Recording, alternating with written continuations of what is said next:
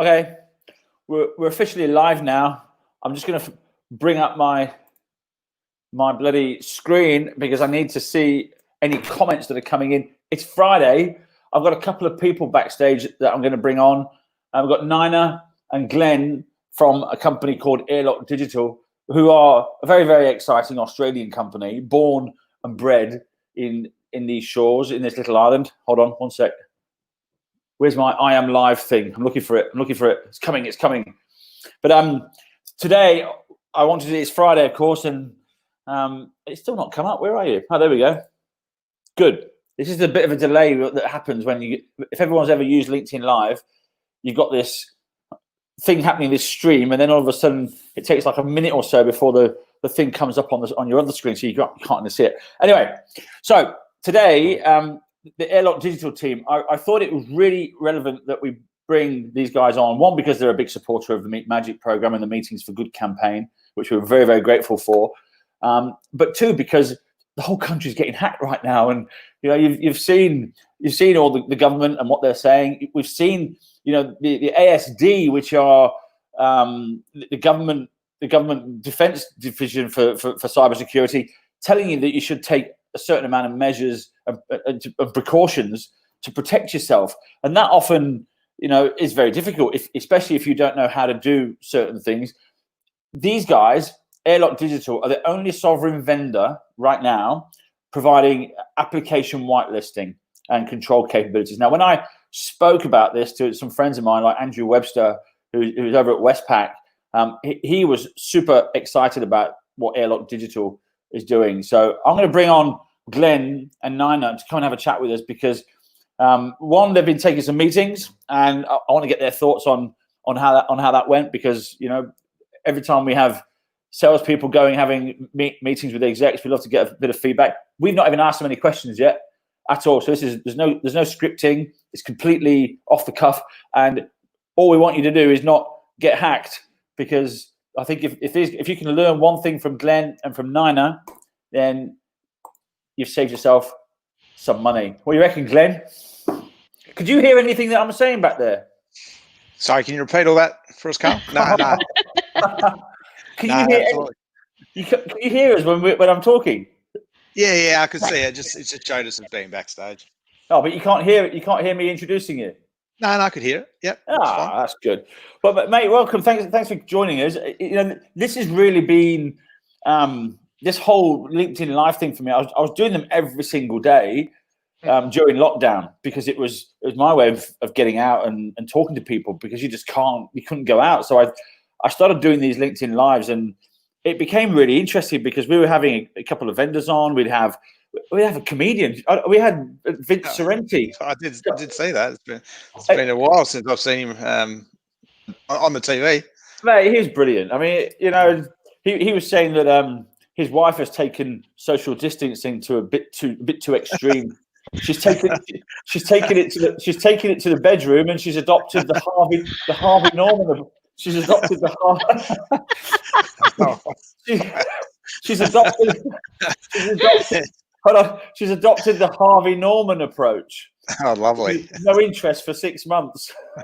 Oh, wow. That's quality. So Glenn, tell us a little about Airlock, because what I get excited about the fact that you're an Australian-born company, and I didn't realize this until the other day. And you know what, Nina, Glenn, we're very grateful for your support of Meet Magic and the Meetings for Good campaign. We'd love to get your thoughts on what you thought that was like, and still going. But tell us a little bit about Airlock, because right now the whole country is getting bloody hacked, and ASD are telling you to do stuff, and what you do is not what you do. Very few people can do, right? Yeah, look, we are Australian sovereign technology, which I think's a great story in itself. We are, I guess, born out of necessity around that Essential Eight story that gets told very widely across federal government. So we're developed as a vendor to solve a single problem, and that's the problem around application whitelisting and developing a platform or a solution that could actually address some of the underlying challenges associated with whitelisting. So I think we've got a really good story to tell. We're seeing the market adopt the technology. quite aggressively. I think there's huge opportunities for security vendors because of the news stories we hear quite frequently around organizations getting compromised and so forth. And so we see ourselves as pretty much the foundational security control that we're not a silver bullet, but we are certainly a really good base platform to provide a robust security posture for organizations to adopt. So I've got a company. It's a small company. It's not massive. We're under 10 staff at the moment, but we're still a company. To people like me, whitelisting, I have no idea what it is. Yeah, sure. Well, how about we start there? Let's make sure the audience is familiar exactly what the concept is. But essentially, whitelisting is if we look at antivirus or blacklisting, it's that in reverse. Essentially, we would define a list of files that can execute across an endpoint or an environment, and then deny the execution of everything else. So consequently, that has significant security benefit by stopping ransomware and malware from successfully executing. But people will tell you that it's, I guess, problematic or difficult to implement at scale within an enterprise environment. So that really is our value proposition in this, is that we make the administration and overhead that's typically associated with whitelisting, we make that a much more simple and palatable problem to solve. And the whole ASD thing, that Essential Eight, that is what. So ASD, for anyone that don't know, is it's actually ACSC now. It's Australian Cybersecurity Centre, which I guess controls the Essential Eight. But anyway, same thing though, essentially. And those Essential Eight are a set of 8 criteria that they recommend you adopt or solve to stop yourself from getting the shit ripped out of you from hackers.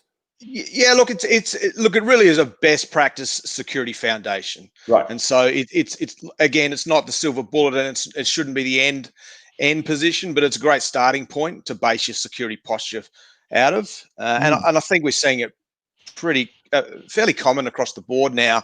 Audits that get undertaken by the big 4 or smaller cybersecurity companies, what generally comes out of those reports is you should do the Essential 8, or there's components of that Essential 8 or the top 4 that you're not doing, and they're the recommendations that get put forward in a lot of cases. And the number one control in that Essential 8, which has been in that number one position from the outset, has been application whitelisting. But generally speaking, it's been the most difficult of the controls to implement, and so it has always been the last one that organisations tend to tackle due to that misconception about how difficult it's going. Why? So is this the reason why everyone's getting done right now? Because I don't think it's the reason that they're getting done. I think it's always a level of layers of security that organisations should have, and different organisations have different security strategies and postures, and some are good, some are bad, and sometimes adversaries are talented too, right? It's never as simple as put whitelisting in and you're solved, but we would say put whitelisting in and you're a better position. You're in a good position to start building that layered security out of. So how did Airlock Digital get started? Because it was, Australian owned. The fact that you've been able to look at those Essential 8 from the ACSC acronym soup. The fact that you've been able to do that really means that you've been able to build a product from the ground up that complies with that, right? Yeah, and I think that really is the story here, is that we developed exactly out of that compliance framework, and the founders of Airlock actually just got sick of trying to make or achieve those compliance standards with the platforms and solutions on the market, the native controls that existed in the Microsoft operating system. So trying to make that work was problematic, and so rather than, I guess, trying to consult on how to make it work, they decided to actually solve the underlying problems. And so that actually meant developing their own solution from scratch. And so that, I guess, they were lucky enough to have good technical expertise to actually understand the problems, but they had good financial backing from other founders too, that I guess believed in the vision of Airlock. And then through the helps of organisations like Cyber that help promote Airlock, we've been really successful in pushing our brand into federal government and successfully implementing and deploying into those organisations. So Right. So you obviously. I mean, I think we came together because of the Biden guys, Neil Templeman and the guys. So are you obviously working with those guys to get into federal government as well? Because I think it's a really great story that a government organization, whether it's state, federal, can buy some security controls and have it address their reconciliation action plan and help some people get skilled up in cybersecurity from the Aboriginal community. I think that's like an amazing concept. Yeah, the guys at Biden have been fantastic. Neil and Pip up there in Queensland have been great. Yeah, we're fully invested in their vision around the RAP program and giving back to the Indigenous community, and so they've got a really great business model. That they certainly, they're key partners of Airlock. They certainly help us in those government organisations, federally and state government. Yep. Again, the one of the challenges for small startups and scale ups is getting through that procurement challenge within federal government, and Neil and the team at Bardham certainly help address that. Yeah. But we have a bunch of other partners as well who are implementation partners, and so from our perspective, it's always about growth and giving value back to the customer. Yep. Through a range of different partners that can help foster those relationships. So the scale up stuff now, I mean, this is exciting. We get into a bit of marketing now. Nina, don't worry. I can poor old Nina sat there listening to all this cyber stuff. No, stuff is fascinating. All she cares about is marketing. I care. And flogging. She's good at it too. She's good at it too, Carl. I'll give you that. Oh, I know. So the scale up thing now. So obviously Australian. You guys are expanding overseas and going into other markets. Well, the US is good, but yeah, we'd like to be bigger. But yeah, that's definitely a vision for us to reach that. And I was only talking to Nina today about how we, from a marketing perspective, what some of the strategies that we might look at in pushing the Airlock brand into those territories. But Nina's probably more. Well, I'll tell you what. We're dealing with companies like a lot of our clients are cybersecurity companies, and it's the Netscopes of the world. And they're asking us to expand into the US and into Asia with them. So we're actually now looking at ways to open doors for them in their own territory, which is something we can do for you as well. Which is, I think it's, Nina, you'll probably agree with this. One of the hardest things is getting in front of the right people to have a relevant conversation, and especially in a new market, it's just hard, right?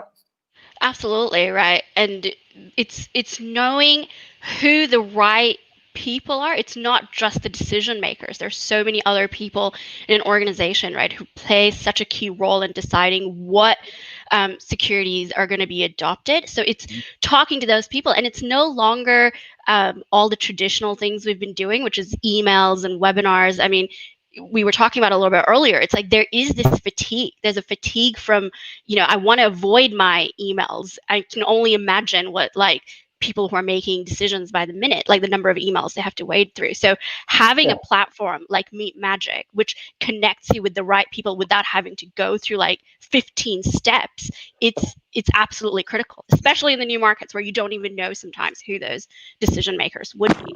That's really exciting. I mean, I'm sales background, as you know, and one of the things that we would always get leads from the marketing team, and we throw them in the bin because no, seriously, because they come to us and we know that the people on there would be a tire kicker, and they wouldn't want to see us. They've just had their badge scanned at some conference and they might maybe downloaded a white paper, and we've gone, forget it. I'm not going to waste my time. But the actual cost of that was a cost to the business. I mean, it's probably a couple of $1,000s right there in that entire process, from the marketing, from the standing at the conference and so on. So we're seeing a lot of value. In fact, a lot of the execs that are saying part of the value that we're bringing to them now is the fact that they don't have to waste so much time with unnecessary meetings, because they're highly curated. So when you walk into a meeting with somebody, there's actually value being imparted straight away, which is the exciting part. So yeah, I know them. I know we're bringing sales teams and marketing teams, like they're loving each other at the moment. Agreed. Like, and I'll say this from a marketing point, and I've been on both sides of the fence, on the sales side and the marketing side as well. So I will say from the marketing side, what the biggest value as a marketer that Meet Magic brings is it's easily trackable ROI. Right. And it's exactly what you brought up. We, as vendors, you go to these conferences, you go to these events, and you end up with like, you might end up with like 200 leads, but 150 of them are people who you're never going to speak to again. They're never going to even read the emails you're sending them. So how do you track that branding ROI? With Meet Magic, every meeting, like you said, it's curated. It's time. The time investment in itself is so much value, knowing that you're talking to the right people and tracking those marketing dollars. Like, It's really exciting. So Glenn, you've had a couple of our meetings so far, haven't you? What was it? What was the total experience like from? I mean, I reckon it has varied between meetings, and I'd have to say the very first meeting I walked in, really not having any idea how this would go, and probably inside I'm thinking, this I'm not sure. I really wasn't, but I think within the first 2 minutes of that conversation, progressing, it was really obvious that the tone of the meeting was different. Right? It wasn't I'm here to sell you something, and you're here in this meeting because because you were told to. It was, we're doing it for good, for starters. So if nothing comes of it from a purely commercial outcome, no harm, no foul. It was a positive outcome, right? So that in the back of everyone's mind puts everyone in a good frame of mind to start with, and then it just gave everyone an opportunity to really just speak openly and honestly. And so, again, I guess not pitching, but hey, this is what Airlock is. This is what we've done. This is what we stand for. This is why we exist. Whilst not all conversations resonate from a pure sales perspective, they certainly resonate from wow, that's an interesting story, like what you've done. We really want to support Australian technology, or we don't, or here's why we can't. And so it was just it was like having a natural conversation as opposed to a sales meeting. And that evolves into, I guess evolves eventually into a relationship of some form that we can fall back on later on, or give them the opportunity to come back at an appropriate time. Well, we talked about this whole LinkedIn Live being around not pitching versus having a conversation from the heart, basically. And one of the things, I mean, for those that don't know, the way this thing works is we have salespeople that they choose an exec selection to go and see, and then it's up to the salespeople to go and make sure that they're making the right choices, basically, of the people they want to go and see, and do a little bit of research when you go in there. But some of the tips that we say for having a powerful meeting is to open the meeting from the heart and to ask the execs basically how they got involved in the meeting for good campaign. And that really opens up the heart rather than, and we've seen this psychologically, we've seen people that open up their laptop and their iPad and go, this is my product. Well, you're invoking there's a certain part of the brain that you're going to shut down there from the exec, and he's going to go, or she's going to go, forget it.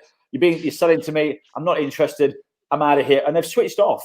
Yeah, it becomes a features and functions conversation, and that's to a senior exec is pretty boring. But if it comes back to how I can make you more secure, or how I can add value to your business, or save you money here, or across the board, I think that's much more palatable. There's something really exciting happening, I think, when we get feedback from the execs that tell us that we actually save them time, because we're filtering out all the noise from the cold callers and the people that are just want to get in. So a lot of the time, the execs take meetings. They don't know who they're turning up to see, and a lot of honestly, this happens a lot, right? No, of course, yeah. There's some good salespeople out there. I know. They could open up a door and get in front of people, and then when they turn up, it's like the exec doesn't want to be there because they've been sold into a meeting, and so that time is wasted for the exec because nothing is ever going to come of it. So they're telling us, because we're filtering out all of that noise, we're actually giving them time back, and that's allowing them to be more focused as a leader. It's allowing them to be more productive as a leader. It's allowing them to be better as a leader, and that in itself is a really powerful proposition for an exec. So I think we're sitting currently. We're going to click over 300. I think next week there's 300 execs that have come on board. That's fantastic. We've just become a gold partner to Starlight. So we've given, thanks to companies like Airlock Digital who are supporting us, we've donated almost $200,000 to Starlight and have become a gold partner, a gold supporter for them. Up there with the likes of Pricewaterhouse, BHP, all these big brands. A little magic in the middle. and that makes a realistic difference, right? It's not just numbers. It makes a fantastic difference. And Nina and I have a colleague actually who has a family member who had difficulties at birth, and he was part of the Starlight Foundation, and he's got a fantastic story just about what Starlight did for him and his family, and it's a really touching story, and and I think as a charity they do great work. So I think the money that you're raising and that we're contributing from a marketing perspective, and that executives are providing, and from a time perspective, I think it's super positive. Do you know what? It's a complete win for everybody, Nina. And I know we talk about ROI a lot, and we actually try and ask all of our marketing supporters, and they're the big brands, right? We're talking the CrowdStrikes, the Netscopes. In fact, we've just signed on Google as a client this week. I mean, awesome. Come on. Awesome. I mean, I might use one of my extra meetings I got left over, shall I?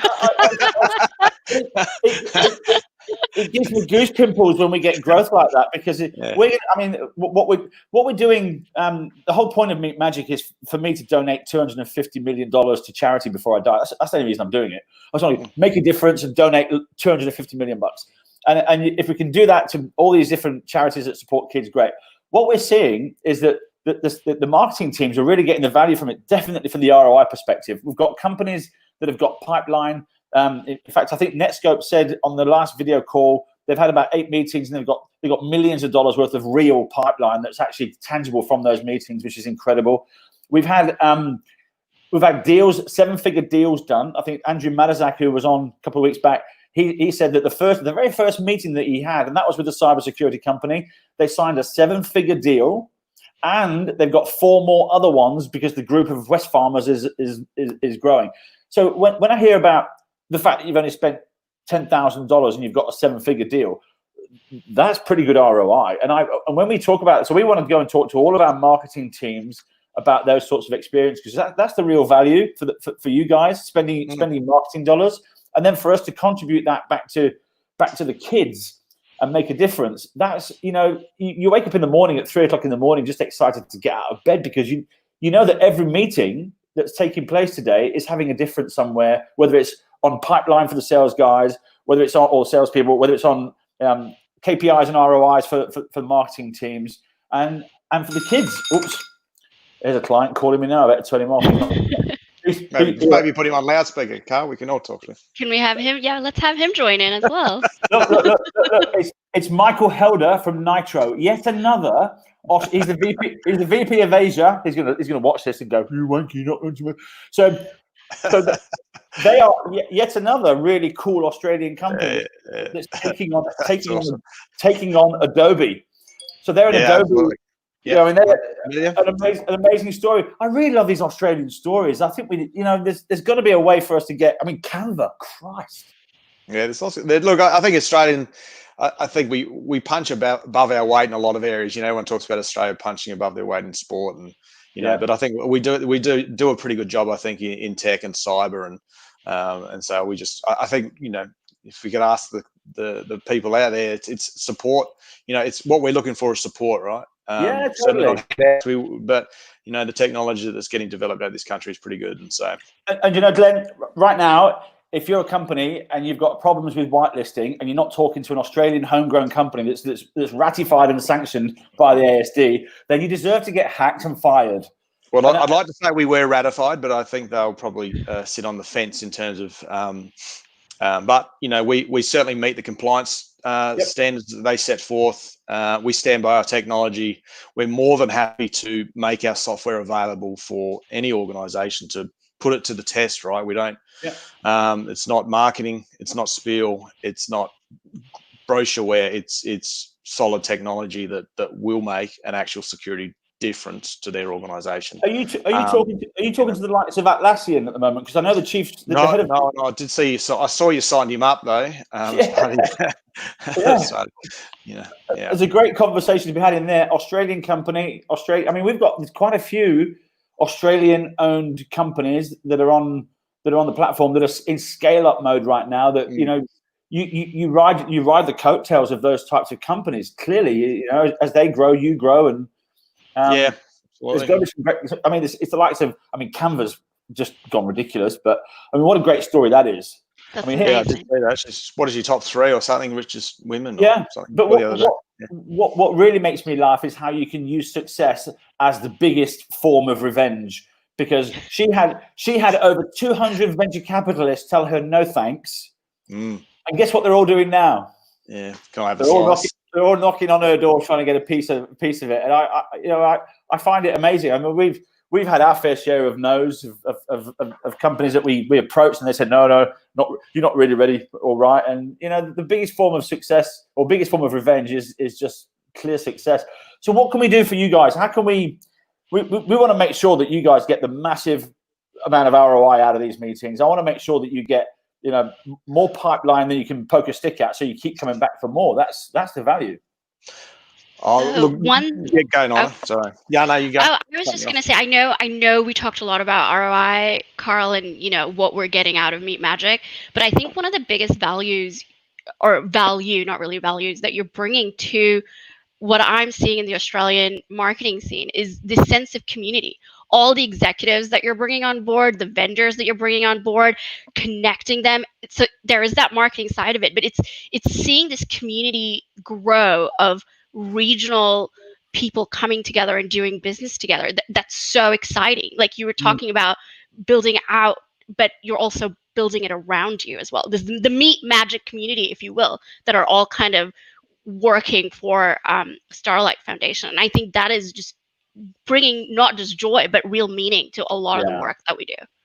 Yeah, which is really nice. I mean, and we're happy to do some marketing around that with you. In fact, on Monday, we've got 5 senior executives coming together, and we've got a vendor coming together, and we're filming basically a rallying call for execs in Australia to get together and get behind it. We've got the CEO of Starlight coming to join us as well, Louise Baxter. So this is going to be a beautiful video, and it's on top of the ones we've already done. I think on the Meet Magic homepage, we've got Nick Molnar and Lucy Liu from Airwallex, amazing tech startups that have started here and have just grown. And then we did, I think, the Netscope guys and Vodafone, Rob James from Vodafone. So this is the next evolution of it. And it's just, I was looking at the numbers today thinking, wow, we've literally come a long way. And I know what your founders went through in those first few years, Glenn, because it's not easy. It's not easy. No, I think look, you clearly need a solid work ethic. I know the founders of Airlock have, even to this day, continue to put in a power of work behind the scenes and wear multiple hats. One of the things that we do well, and I think one of the reasons why organizations should look to support sovereign technology or local is that, in our case, you get access to those key people in the Airlock business, right? There's not too many vendors that you could ever sign up with and get access to the highest levels of the organization. You're talking to the founders. Our customers have an innate ability to actually influence the direction that our product goes. Our product and our roadmap is heavily influenced by our customers. And so when you're a customer of Airlock, you get that ability to really, feed back in, what do you like, what don't you like, how do you want to improve? And that is taken on board within Airlock and is given serious credibility and making sure we're hearing our customers. Beautiful.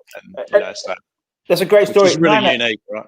Absolutely. And you know what, having somebody here so you can wring their throat when things go wrong, that's another good good thing to have, because that comes to me, I think, and then everyone's but it's critically important to have people on shore, because I know how quickly those walls go up when things go wrong. So the fact that you can hop in your car and go down to the office and say, hold on, what's going on here? That's a really powerful story right now, because people don't want to waste money and have that money, not deliver any value. Nina, if there's one company that you want to go and see that you haven't got yet, who's the company? Who's the ultimate customer for you guys? I think Glenn answered this one. It's Google, right? Oh. Let's go. Yeah, we'll just go straight to the top, shall we? Let's go straight to the top. But if it can't be Google, should we go to Microsoft? Yeah. Look. Personally, obviously we've got a great foothold in the federal government market here now, and the state governments are adopting the Essential Eight pretty rapidly as well. Look, I think the next step for us is really those big four banks. They're the ones that I want to see really embrace whitelisting, and there's still a lot of naysayers generally in the market who and maybe not believers that whitelisting is possible or achievable at scale, but they're the ones that we want to not prove wrong, but say, hey, here we are. Yeah. We feel confident we can deliver on those security benefits that whitelisting promises to bring. So you're saying all four of the banks in Australia, all the four of those top four, are not Airlock customers today? No, they're not. No, they're not. Right. Well, there's a challenge. Let's make one a customer. I mean, we'll take all four, shall we? Mate, you know what? I mean, what about proof of concept? Are you doing those sorts of things? Look, like I said, we stand behind our technology and we always make it available.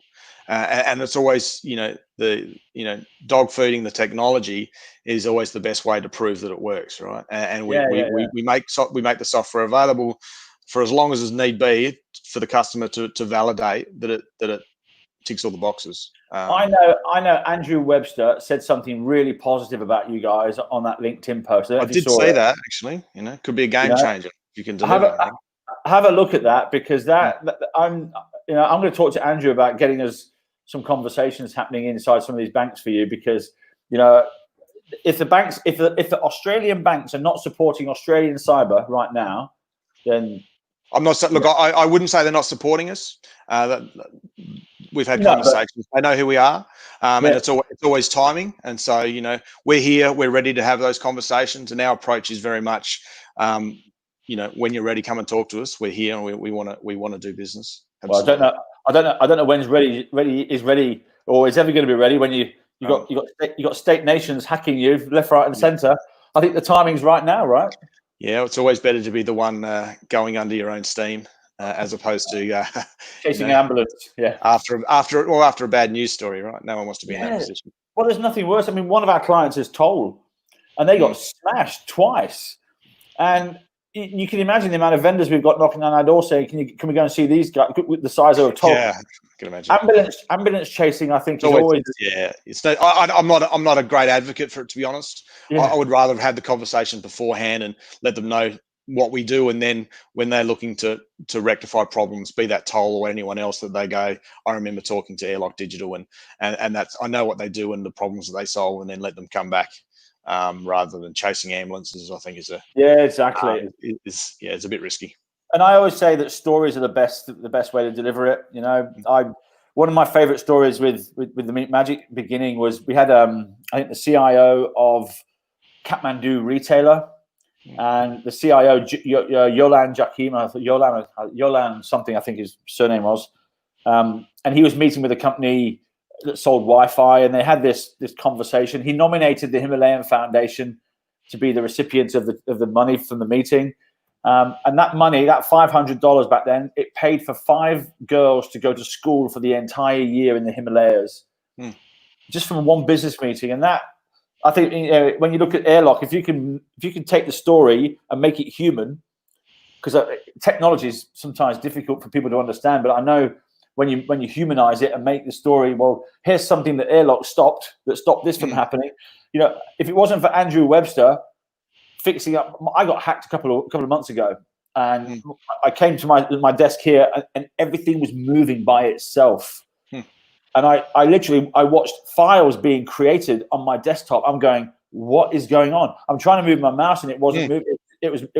I literally unplugged, shut down, called Andrew, and I said, mate, I need your help. He said, come to lunch. And over a bowl of noodles, he had a fight with somebody, and he said, "Oh, it's a live one," and he shut them down. But I knew to pull it out, I knew to do that, and he saved my bacon. Basically, it's a great story that I tell everywhere. But how does Airlock have a story like that where it's personal?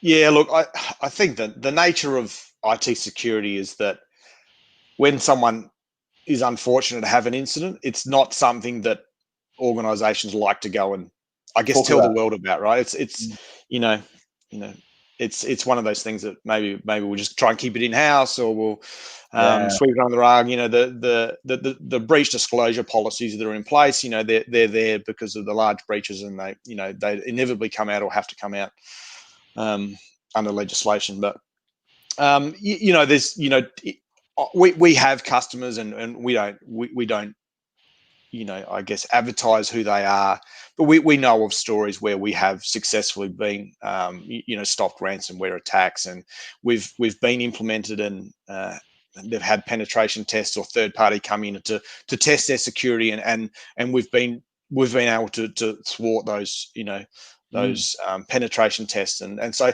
we're really confident in our technology and its effectiveness, and so me standing up here and going, I did this, or I did that, or we did this. No, I don't think it necessarily adds credibility. I think yeah. the proof is always in the eating. Well, And one so thing, one thing, let's, like I said, we stand by technology and put it to the test if you don't believe. one thing's for sure, Glenn. Mm. Ransomware and ransom attacks are increasing. That's because 50% of people are actually paying the ransom. Yeah, I'm not sure of the statistics personally, but look, it's a massive problem. IT security is big business. Yeah. Look, from a vendor perspective, it's the place to be. We work with EMT distribution, where Niner's at, and they're all across the board. It's just IT security solutions, right? I'm going to go. I'm going to go and get you. I'm going to go and get you a bank. I'm compelled now. Guys, thank you for joining us. It's been we'll take the video and we'll send it on to you so you can cut and paste and do stuff. But really grateful for your support for the whole Meat Magic, and I know the Starlight guys are really happy. We've had a cracking year. COVID's been amazing for us, honestly. Working from home, we do it anyway. This is what we do, and I wouldn't mind some coffee meetings though, just to break things up a little bit. I must admit, my barista skills have not improved one bit. But what about happy hour? Yeah. Nina, we're going to come back to you. We're going to have some great stories and make this a big success for you. Perfect. It's been fantastic. Amazing. Thanks, Looking Carl. forward to it. Have a cracking weekend, and we'll talk to you soon. Thank you. Thank you. Cheers, guys. Bye. Cheers.